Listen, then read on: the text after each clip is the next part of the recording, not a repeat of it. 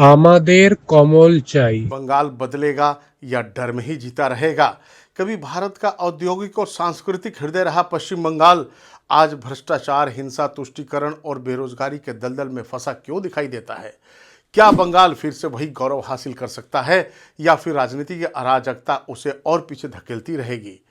दोस्तों, यही सवाल आज हर बंगाली के मन में है।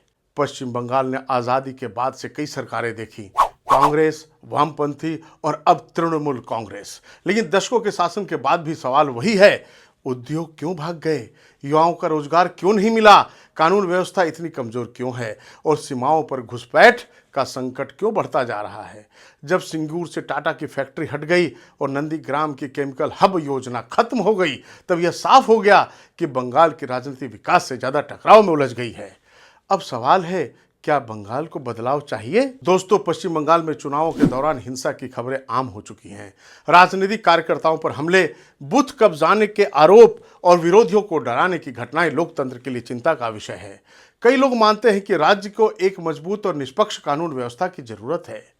एक समय था जब कोलकाता भारत का औद्योगिक केंद्र था, लेकिन लगातार हड़तालों, राजनीतिक संघर्षों और निवेश के अभाव ने कई उद्योगों को राज्य छोड़ने से मजबूर कर दिया। आज स्थिति यह है कि हजारों बंगाली युवा नौकरी के लिए दिल्ली, मुंबई, बेंगलुरु और विदेश तक पलायन कर रहे हैं। मित्रों, पश्चिम बंगाल की भारत बांग्लादेश सीमा लगभग 2216 किलोमीटर लंबी है। इनमें कई क्षेत्रों में अभी भी पूरी तरह बाढ़ नहीं लग पाई है। ममता सरकार जिम्मेदार है, जिससे तस्करी और अवैध घुसपैठ को लेकर चिंताएं उठती रहती है। सीमावर्ती जिलों में जनसंख्या और मतदाताओं की तेज वृद्धि को लेकर भी राजनीतिक सामाजिक बहस जारी है। डेमोग्राफी बदल गया है। कभी बंगाल शिक्षा और संस्कृति का केंद्र था मित्रों। रविंद्रनाथ टैगोर, स्वामी विवेकानंद, श्यामा प्रसाद मुखर्जी जैसे महान व्यक्तियों की भूमि थी।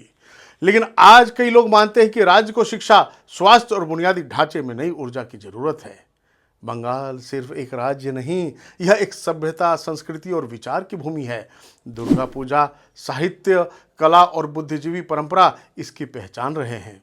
कई लोग मानते हैं कि राजनीतिक टकराव से ऊपर उठकर बंगाल की असली सांस्कृतिक आत्मा को फिर से मजबूत करना होगा। कभी हावड़ा ब्रिज और कोलकाता पोर्ट भारत के व्यापार की धड़कन थे। कभी बंगाल के विश्वविद्यालय देश के सबसे प्रतिष्ठित संस्थानों में गिने जाते थे। लेकिन धीरे धीरे राजनीति ने विकास की जगह ले ली। पहले कांग्रेस, फिर 34 साल तक वामपंथ और फिर तृणमूल कांग्रेस। हर सरकार से उम्मीदें थीं, लेकिन आज भी कई लोग पूछ रहे हैं, क्या बंगाल फिर से अपने स्वर्णिम दौर में लौट सकता है? इसी सवाल के साथ कई मतदाता अब बदलाव की बात करते हैं, भारतीय जनता पार्टी की बात करते हैं। दोस्तों मित्रों, बंगाल के सामने आज एक बड़ा सवाल खड़ा है। क्या वह पुरानी राजनीति के साथ आगे बढ़ेगा या फिर नई दिशा और नए विकास मॉडल की ओर कदम बढ़ाएगा? लोकतंत्र में अंतिम फैसला जनता का होता है। अगर बंगाल के लोग बदलाव चाहते हैं तो उन्हें उसी के अनुसार निर्णय लेना होगा, क्योंकि बंगाल बदलेगा तो भारत और मजबूत होगा। आमादेर कोमल चाय यह सिर्फ एक नारा नहीं, कई लोगों के लिए बदलाव की उम्मीद है। नमस्कार दोस्तों।